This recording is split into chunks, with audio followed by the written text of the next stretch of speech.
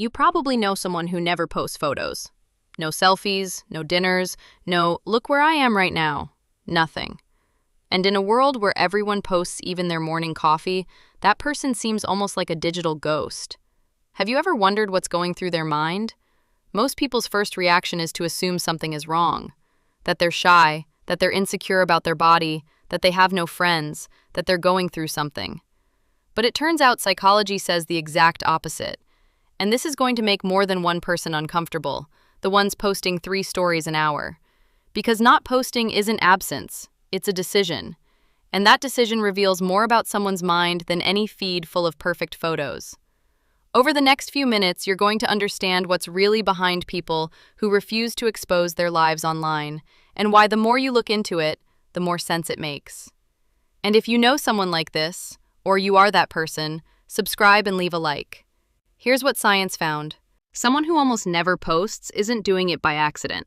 They have a strong orientation toward privacy, and that means one very concrete thing. They care about who controls the narrative of their own life. It's not antisocial, it's selective. They protect their mental space the same way they'd protect the key to their house. The Nielsen-Norman Group documented something that confirms this with numbers. In any large internet community, 90% of people never post anything. 9% post occasionally, and only 1% generates almost everything you see in your feed. So the person who never posts isn't the odd one out. They are, literally, the silent majority. Think of that friend who travels, takes the photos, saves them, and never posts them. It's not that they didn't enjoy the trip, it's that, for them, the memory doesn't need witnesses to be valid. The experience is already complete without anyone else's approval. There's a term in psychology for this. Self-concept clarity.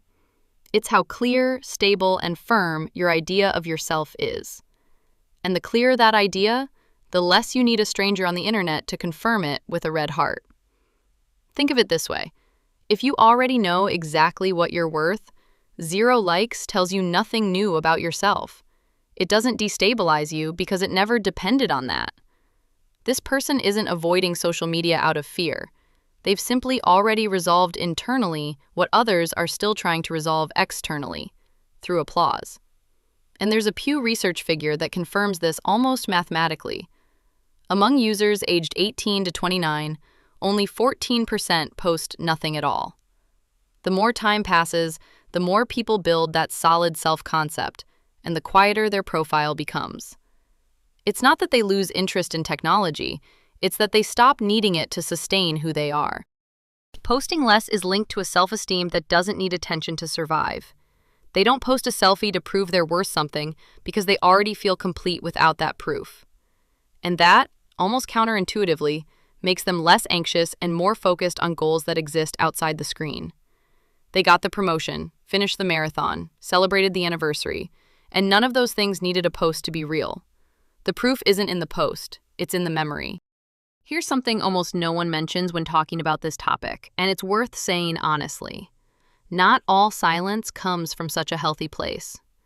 A study published in Frontiers in Psychology found that upward social comparison, combined with privacy concerns, can also produce anxiety and fatigue, and that combination pushes some people to only observe, never to participate. Pew Research reported something similar. 70% of users almost never post about topics that matter to them, and when asked why, the main reason isn't indifference. It's fear that it will be used against them. So not everyone who doesn't post is at peace. Some are. Others are calculating the risk every time their finger pauses over the button, running through the worst-case scenario before deciding it's better not to. They look exactly the same from the outside. Both have the photo saved, unposted. But on the inside, they're completely different stories. One is choice. The other is avoidance disguised as choice. People who share less tend to be more introspective. They think before they speak, and they post only when something really matters, not every time something merely happens. In psychology, this relates to having an internal locus of evaluation. They judge themselves by their own standards, not by the reaction count. They'd rather have one real 15-minute conversation than 15 stories viewed by 300 people who'll have forgotten them by the next day. This is the kind of person who sees 2 strangers arguing in the comments of someone else's photo and thinks, without saying it out loud. What an expensive way to feel important. They don't need to win that argument. They don't even need to have it.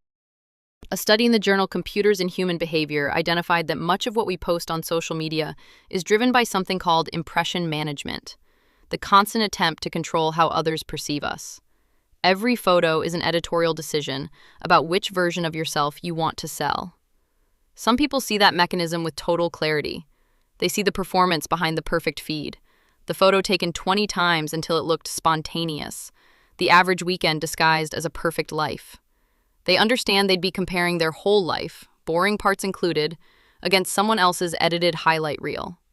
And they choose not to play. Self-determination theory explains how they can do this without feeling empty. They meet their needs to feel competent, connected, and autonomous offline, through real relationships and achievements that no one needs to applaud in a comment. There's evidence that heavy social media use is linked to shorter, sustained attention and less real presence in whatever you're doing. In other words, while you're thinking about the angle, the filter, and the perfect caption for dinner, you've already stopped being at dinner. You're producing content about it. The person who doesn't post skipped that step entirely. They're not thinking about how the sunset will look. They're just watching it. So what does all this mean? That the next time you see someone who never posts anything, don't assume they're shy, or that something's missing from their life, or that they're hiding something dark? They're probably more centered, more self-aware, and more emotionally intelligent than most people who do post. Though, to be fair, it's also possible they're simply afraid of judgment. Both versions exist, and from the outside, you'll never be able to tell them apart with certainty. Only the person who decides not to post knows which one it is. And the only way to know which one you are is to ask yourself the same question the next time you hesitate before posting something. Am I not posting it because I truly don't care? Or am I not posting it because I'm afraid of how I'll be seen? That answer says more about you than any photo you've ever posted in your life.